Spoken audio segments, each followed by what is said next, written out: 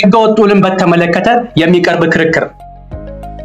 የፌደራል ጠቅላይ ፍርድ ቤት ሰበር ሰሚ ችሎት በቅጽ 12 ሰነድ መዝገብ ቁጥር 43226 እና በቅጽ 14 ሰነድ መዝገብ ቁጥር 79394 የፍትሐ ብሔር ህግ ቁጥር 1678 ወይም 1678 1716 እና 1718ን አጠቃላይ ይዘትን ከመረመረ በኋላ በሰጠው ውሳኔ መሰረት የውል መሰረታዊ ዓላማ በህግ ያልተፈቀደና የተከለከለ ሆኖ ሲገኝ ፍርድ ቤቶች ወይም ዳኞች ህገወጥ የሆነ ውል በቀረበላቸው ማናቸውም ጊዜ ህጋዊ ውጤትና ተፈጻሚነት የለውም በማለት ለመወሰን የሚችሉና ህገወጥ የሆነውን ውል ውድቅ ለማድረግ በህጉ የተደነገገው የይርጋ ጊዜ ገደብ መቃወሚያ ሊሆን አይችልም በማለት ወስኗል።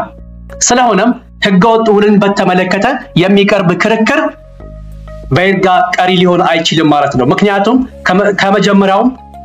ምንም አይነት ውል አልነበረምና በህጉ መሰረት የተደረገ ወይም ደግሞ ህጋዊ ውል ስላልነበረ ህገወጥ ውልን በተመለከተ የሚቀርብ ክርክር በይርጋ ቀሪ ሊሆን አይችልም ማለት ነው። void ab initio from the very beginning ያልተጸነሰ ልጅ እንደማይወለደው ሁሉ ያልነበረውን ማስፈጸም አይቻልም ማለት ነው።